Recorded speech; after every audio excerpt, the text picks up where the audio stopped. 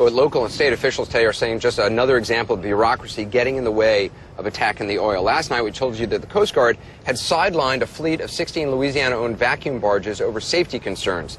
These barges had been sucking up oil along the Louisiana coast, along the marshes, at a rate of about 4,000 gallons of crude every 90 minutes. Not a huge amount, but look, it's, you know, everything, every little bit counts. Late this afternoon, all 16 vessels got the green light to go back on the water. I got a first-hand look at some of these barges with Louisiana's Governor Bobby Jindal last week. He called it Cajun ingenuity.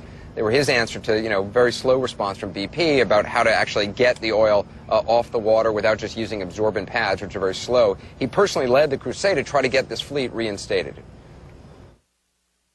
And here's what frustrates us. One, they could have gone out where these barges were deployed. If they needed to inspect the life jackets, if they needed to inspect the fire extinguishers, they should have gone out where these barges were deployed instead of forcing them to stop removing that oil. The second frustration. Over 24 hours, it didn't seem like the left hand knew what the right hand was doing. There was no coordination. The command and control infrastructure didn't work. And that's why we're saying all along, we need to intensify this effort.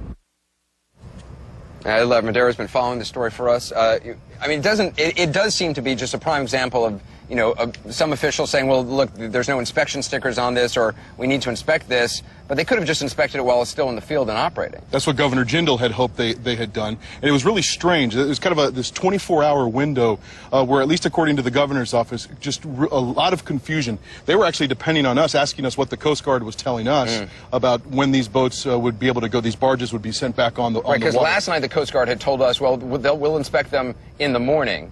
Right. But now it turns out they didn't even inspect them, they just sent them back. Yeah, that's right? What the governor's office is saying. That we did see them this afternoon. There were about 16 of them. They were tied up tied up there to the port, and they were sent back out. But when we asked the Admiral Thad Allen, who's in charge of the response here, we pressed him. He had talked about it was done for safety reasons and that sort of thing. But I asked him specifically about, look, the governor is saying there's this 24-hour window where they just couldn't get any straight answers. What was going on? And he snapped back pretty intensely. You can listen to him here. Let's take a look. I just gave you the answer. We need to do safety checks to make sure they could operate out there with stability and nobody would get hurt. We've worked through all that today. I've been on the water for the last 2 hours. My understanding is we've reached an accommodation on how to move forward. We are going to run into new technologies and things that have never been tried before. We want people to be innovative. We want them to try new things. We just need to make sure that it's safe.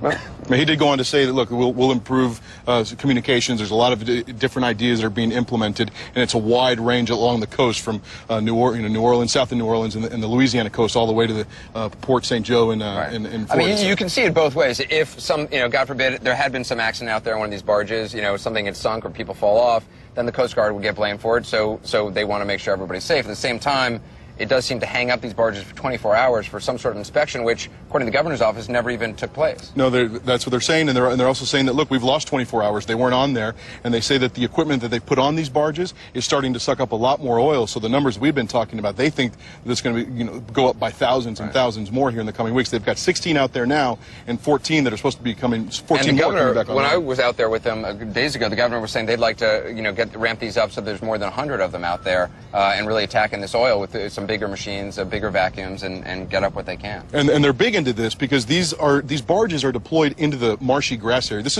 isn't out in the water. This is in the marshland